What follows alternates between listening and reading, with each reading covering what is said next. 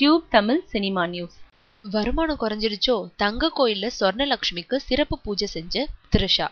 பட வாய்ப்பு குறைஞ்சு வருமானம் குறைந்து விட்டதை நிவர்த்தி செய்ய வேலூர் தங்க கோயிலில் உள்ள சொர்ணலட்சுமிக்கு சிறப்பு பூஜை செய்தார் நடிகை த்ரிஷா. வேலூரை அடுத்த ஸ்ரீபுரத்தில் உள்ளது பிரபலமான தங்க கோவில்.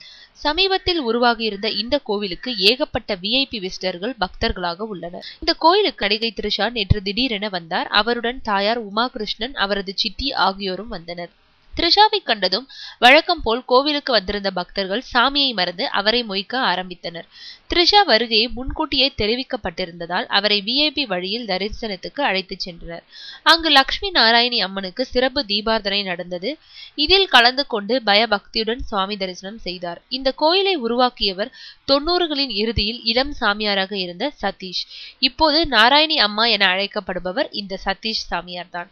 கோவிலில் 70 கிலோ தங்கத்தினால் சுவர்ணலட்சுமி சிலை பிரதிஷ்டை செய்யப்பட்டுள்ளது. இதற்கு பக்தர்கள் தங்கள் கைகளால் அபிஷேகம் செய்தால் செல்வம் பெருகும் என்ற நம்பிக்கையை கோயில் நிர்வாகிகள் பரப்பி வைத்துள்ளனர்.